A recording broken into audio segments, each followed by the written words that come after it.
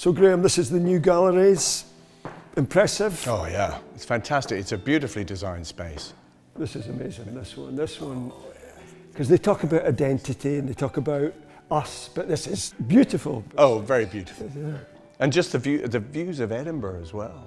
A lot of these paintings painted at the time that my family first came to Edinburgh from Argyll. Yeah, and it would have been a spectacle in its own right, as we can still see.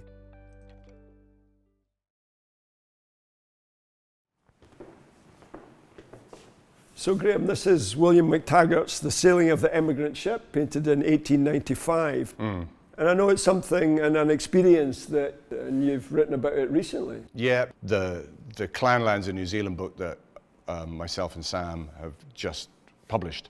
I became particularly interested in the emigration of the Scots to New Zealand and what that experience would have been like. I was an emigrant. I left. Well, first of all, I left Scotland to go to England, and then I left England at a young age to go to Canada. You feel very alone, I think is one way of describing it. When I arrived, I felt an enormous pressure to just learn to speak in a Canadian accent. I mean, it sounds stupid, but when I was 8, I wanted to fit in. And so I think of all these people that are portrayed, the kind of people that are portrayed in this painting, and what they were leaving behind, and the sort of the unknown that they were going to. There's a courage involved in the people that are on to step off the shore of your home, knowing that you'll never return. It takes a particular kind of person, also a particular kind of circumstance that many of them had no choice. Well, this is it. I suppose we're going to talk about that as we go on, but this idea of the compulsion, the forced removal, this kind of absolutely. Conflict in Scottish historical experience, particularly the Highland experience, which was long drawn out.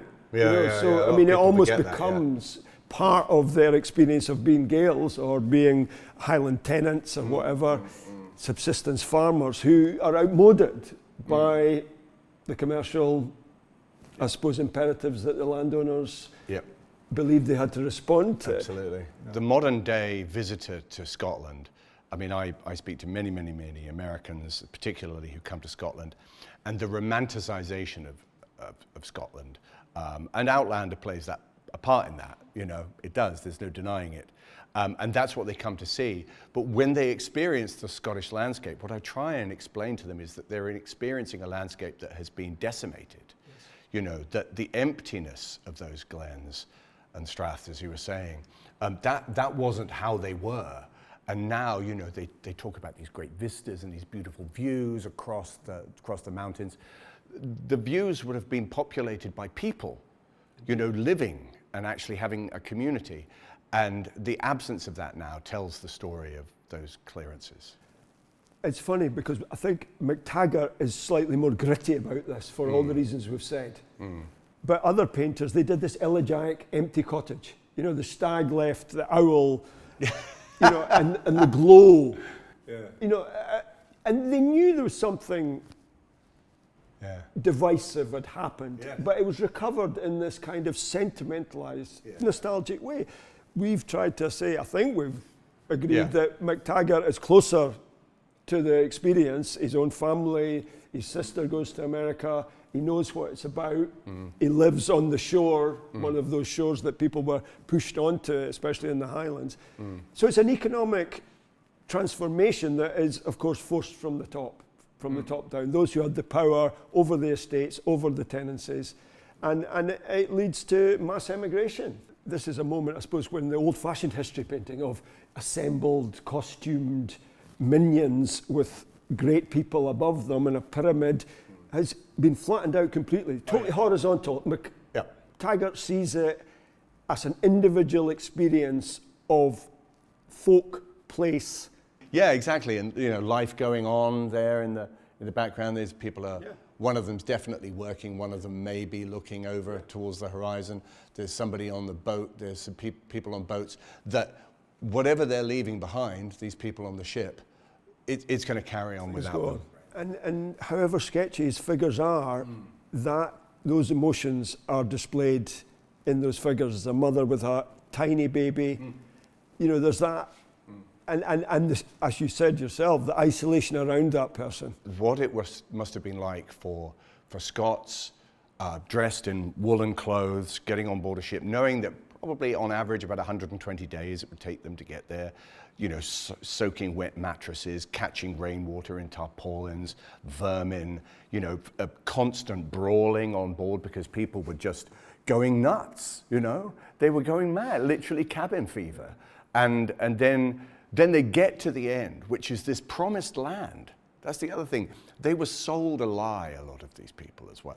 Well, this is you see the little rainbow up there that we're led to believe that this may be some of that promise after that. Yeah. And you know, those people were told that there were beautiful plots of land for them to farm, and it was all going to be wonderful. And they arrived, and it was thick bush down to the shoreline, precipitous cliffs. And they must have got there and just thought, we've been robbed. And not only did they think that, and there was no way that they could go, actually, we'll go back. We'll head back now. They had to get off, and they were met by the indigenous people, the Maori. I would love to just know what they thought of each other. We only get snippets, and mainly by people of status. You don't get the ordinary person stepping off the boat going, oh my God.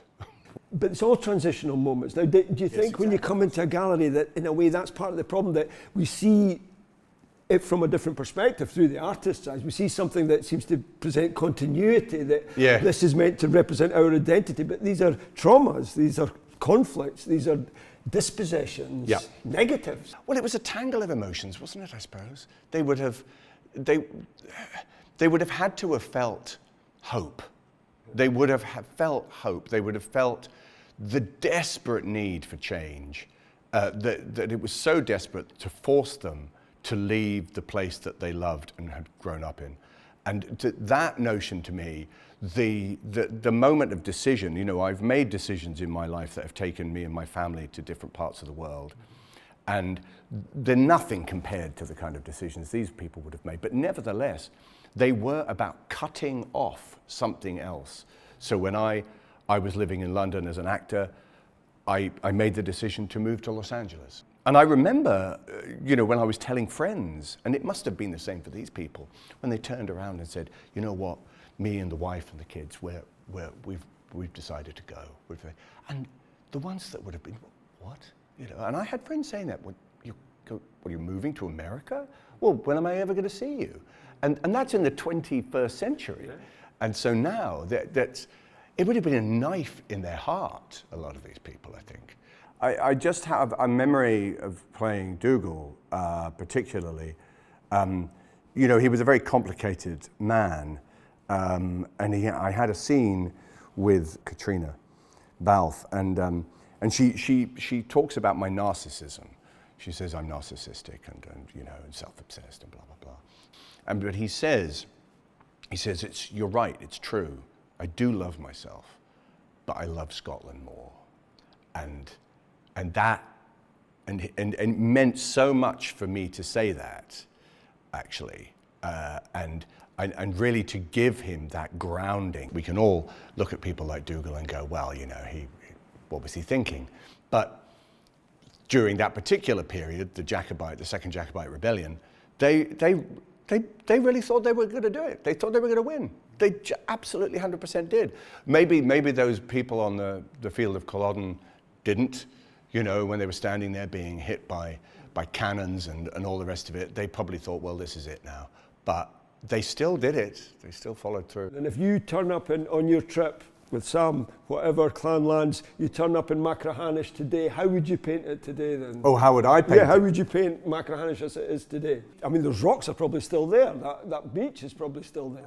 I feel like it would probably be a terrible painting, but I would want to somehow combine the past of that region with the present in a painting. That's how I would. It wouldn't be realistic, let's put it that way. It would be more suggestive of something that was left behind and what that was like and what is there now. So that's like the stroke you were telling us in relation to Dougal. Yeah. You know, that stroke that takes things from the here and now to what it stands for. Yes, yes. So that's the challenge for a painter, isn't it? To not force us to see something, but allow us to see something. Absolutely. I mean, even the time that we've spent standing in front of this painting, you know, my feelings about it have changed from the initial, beautiful colours, beautiful sort of interesting landscape. I see what they've done there with the background. But then when you go deeper into it, when it provokes thought, which is what I think great paintings do, then it becomes something else. I can only thank you, Graham, for joining in, looking very closely, being very insightful about the painting and bringing your own experience to bear. Thank you very much. It's been a real pleasure being here. It's been great hearing from you. Thank you.